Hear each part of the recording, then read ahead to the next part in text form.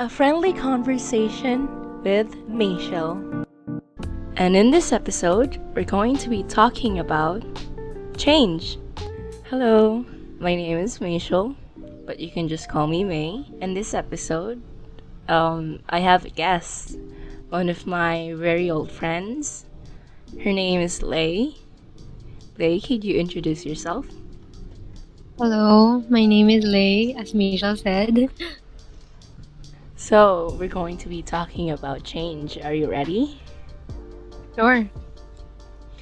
Okay, so before we start our conversation, I want to do our usual friendly reminder that you should not blame yourself for your past. The past should stay in the past. Don't hold on to the negative emotions because you deserve better. Okay. So when I invited you for this podcast, I asked a lot of other people about their thoughts on change. And I think that out of everyone that I asked, you were one of the people that I think suited this topic most because I've always been proud of your progress throughout the years that we've been friends. So Oh. I'm how did we become friends? Do you remember? I remember like in grade 7, we were talking down at school. But like after that, I don't remember exactly how we became close. I just remember. I mean, I do remember. I think talking to you, but it was like because of school. It was about academics. Yeah. But we fell under the same section by 8th grade, right? Yeah. But you were in a different friend group, and I was in a different friend group. And let's just say that there was a lot of drama happening through all our high school life. Would you be embarrassed if you could like share one of the dramas you were in? Okay. So one really memorable one was when we were in 9th grade, Uh-huh. and then my best friend, my used to be best friend, had a relationship, Uh-huh. right? Yeah. And then at first, like, I was very supportive, yeah. And then, like, we became distant. We like stopped interacting. And Why do you think so? well, I think because she was devoting all her attention to her new relationship that time. So you felt like she changed. Yeah. Do you think change happens spontaneously or does it come from repeated effort? Oh, it comes from I believe that it comes from repeated effort. But why do you think she changed? Uh, well, huh. It's a good question. Yeah. I think that's a lot of question that we need to ask ourselves before we because people usually when they say you've changed, when they say that praise, it comes with a lot of negativity. Like, oh, you've changed. I don't like this person that you've become. Yeah. That's, but I've sometimes, actually yeah, go on. I've actually been told that a few times when I was in elementary school by my best friend. How do you feel when you hear someone tell you that you've changed? I feel like why are they so how do you say upset about my growth? Like when you say you've changed, for me that's a positive thing mostly. Like for example, like you change, you learn from your mistakes, you let yourself grow, you break free of the cycle, and sometimes people see that as a bad thing, which is why it is like so confusing because it's a good thing Yeah. for me at least. Yeah, I definitely agree on you about that because when you see someone react negatively or violently to your change, it's mostly a red flag and a sign that they should not be in your life, that they're not the right people that you should be around with, or they're just people that aren't mature enough to accept that some people really don't stay the same. Like if you had a friend, would you prefer them to stay the way they used to be the first time you met up until you grow up? Of course not. I don't know why people are so afraid of change sometimes, but like, then again, I can't blame them because I've experienced that. I've had my fair share of fears when it comes to change. So, speaking of fears, do you fear the idea of change? No, not really. It's nice to think that nothing is permanent and that change means that we are able to have room for growth. But of course there's still a little part of me that fears it. What do you fear most about change? Uh Maybe losing relationships or like the degree of it, because for example earlier when I was in elementary school, I was the only one in my friend group that transferred schools, and that put like a strain on our friendship. Sure, we are still close and we visited each other from time to time, but it was never the same, right? Yeah, understandable. I've had a similar friend group when I was in elementary, and people transfer schools, and I realized that a lot of friendships happen because they were just stuck in the same place. But once you give them a chance to explore, you get to really see which friends gets to stay in your life and which don't.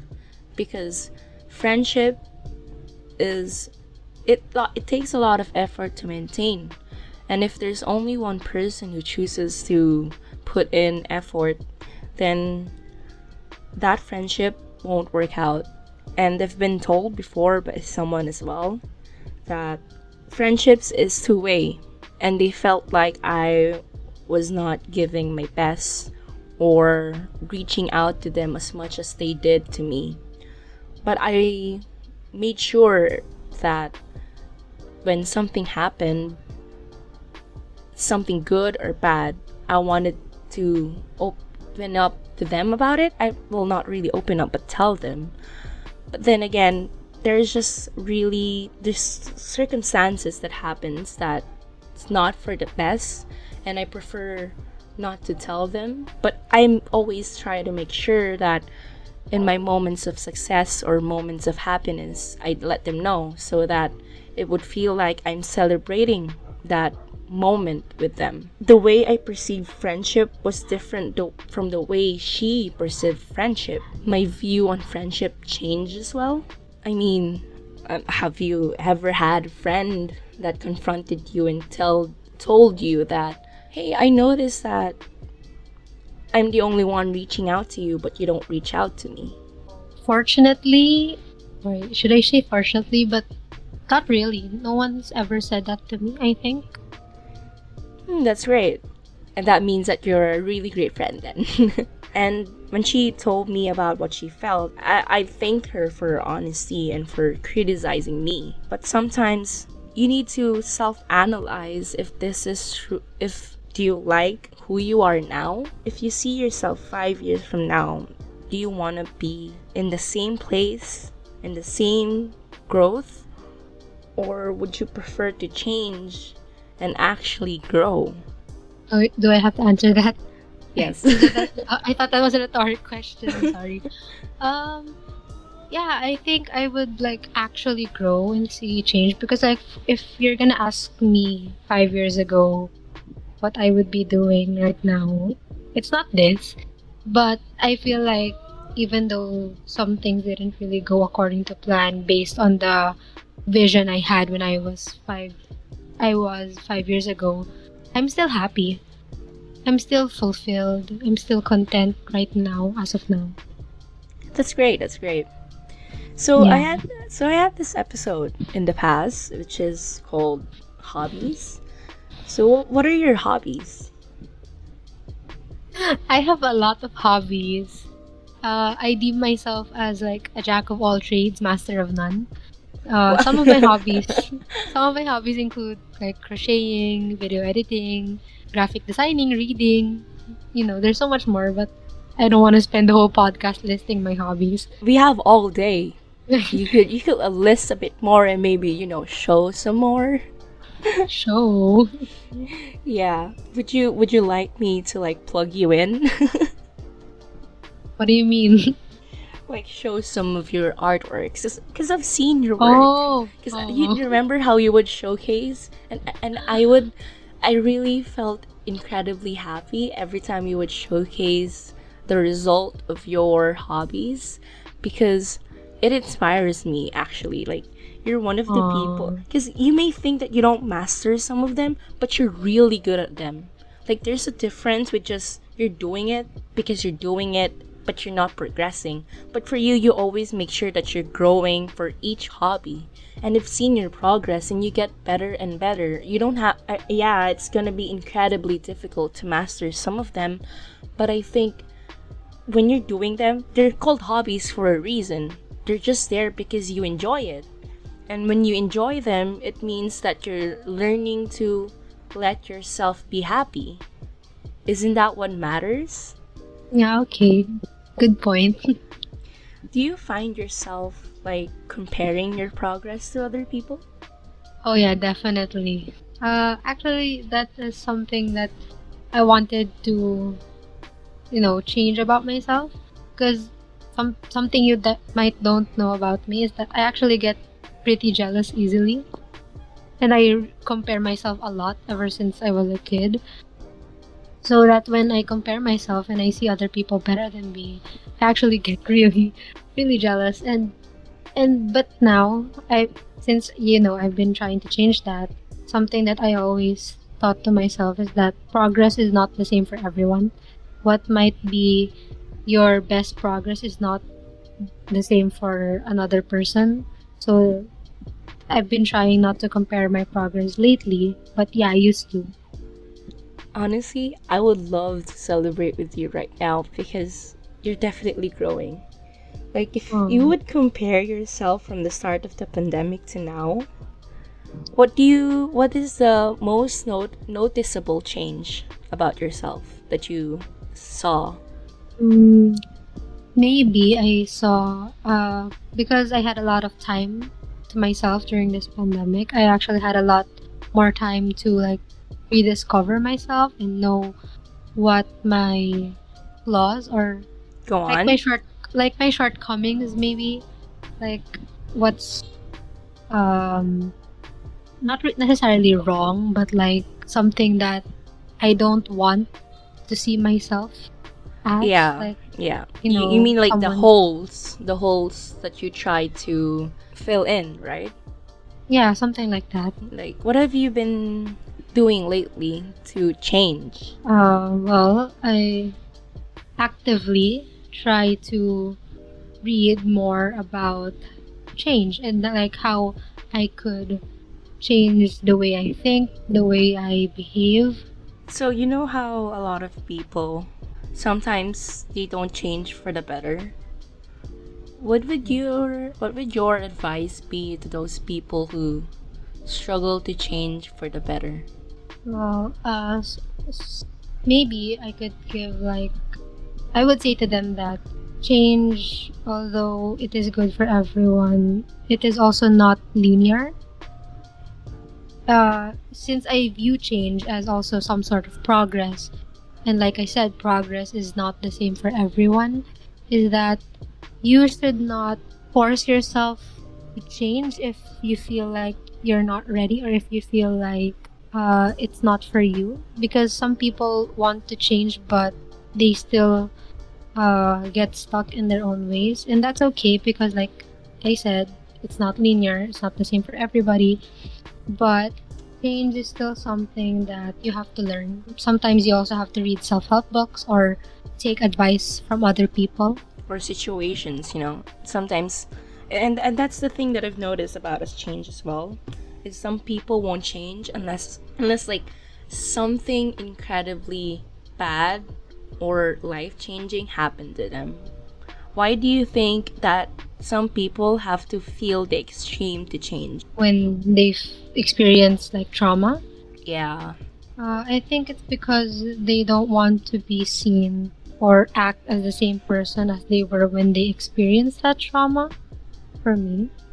I mean, because I know someone in the past that I incredibly empathize with. She was one of the people that I actually looked up to, but she she she went through a lot of betrayal in her past, especially in terms of romantic relationships.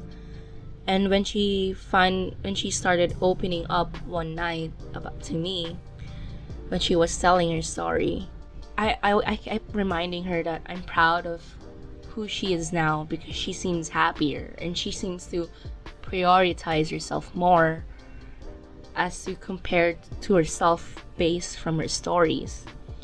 And at the same time, I felt incredible hurt from her stories because she had to experience such extreme situations that she was forced to become this stronger person. I mean, she was strong before, but she's much stronger now. And it's incredibly sad that we have that people who hurt another person, people who hurt people, they don't know that that kind of hurt can truly change someone. And it's a very gambling statistics because it's a 50-50. It could be for the worse or for the better because it depends on how this person reacts to the hurt. You could be the person that inflicted the pain onto someone, or you could be the person that was receiving the pain. And it changes you. Like from your story about your friend, I'm sure you were incredibly in pain from the thought of losing your best friend. I've heard from people that losing a best friend is much more painful than losing a boyfriend or a girlfriend. Yeah, I heard that too. Would you agree? I agree, definitely, because when losing a best friend, for me, you lose everyone, all the memories you had, although it's still the same for romantic relationships, but it's different in the sense that you have no one else to turn to when you lose your best friend. For me, like nothing of that degree, because when you lose your romantic partner, you have your best friend to turn to, right? But when you Oh, lose your yeah. best friend, who do you go to now? I had my fair share of losing best friend. I don't know if you remember, but it was back in ninth grade. One of our silly traumas in high school. Oh, Yeah. Bad experiences or good experiences from the past. I'm thankful to each and every single one of them. Except the traumas, obviously. yeah. Obviously, no one deserves to go through traumas. No one. But as for the things that were traumatic, I'm really grateful for a lot of them, for a lot of people that were in my past, that were part of the chapters, my book of life. Because they've brought lessons for me to learn and for me to hold on to and be reminded of in case it ever happens again, or someone I know or someone I love is going through the same or similar experience. But yeah, um are you proud of yourself right now? Yeah, I would say so. Especially with everything that's going on. The pandemic, that's a big thing. Of Um, course, of course. Despite, being like the premise of the pandemic, like being so depressing because you're locked inside. It's like you don't have any room for growth. But that's what was quite the opposite for me because, as I said, I had a lot of time to myself. I had a lot of time to rediscover and work on myself. So, yeah, I have made a lot of progress during this pandemic, and for that, I am very proud of myself. Why do you think some people fear change for themselves? Apart from the same fear that I have, which is losing relationships, I think that because in order to change, you have to admit that there's something that there's something wrong with yourself, something like that. There's something that You don't like you about don't yourself. yeah, you don't like about yourself. So that's why I don't think most people would want to admit that. That's why some people are afraid of change For themselves, yeah. for themselves. Yeah. I want to address your first fear, which is the fear of that you might lose some relationships.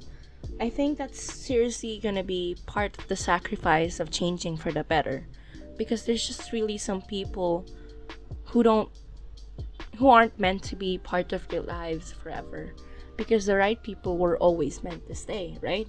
So even if you Yeah. change, they would still be there. And sometimes it's not even because of negative things. Some people just outgrow each other and they don't stay in contact, and that's normal. And I think we need to normalize that outgrowing someone is okay. And to be the person who's, I mean, there's also the fear of when you've been outgrown, then it's okay. Because as you've mentioned, change isn't linear. Change is different. I mean, the progress of change is not the same for other people. So it's okay to be outgrown and to outgrow people. Because at the end of the day, what matters is you're making progress. Why do you think people are scared of change when it's other people, not themselves?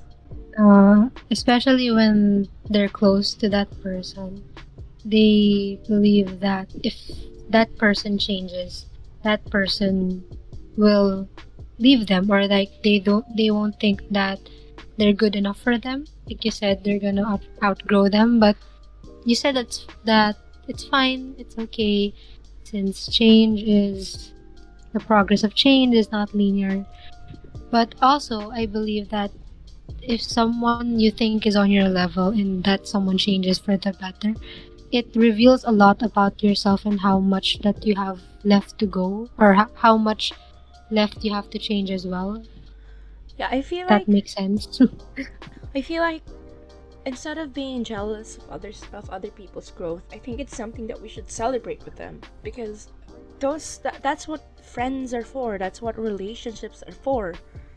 You can help each other grow.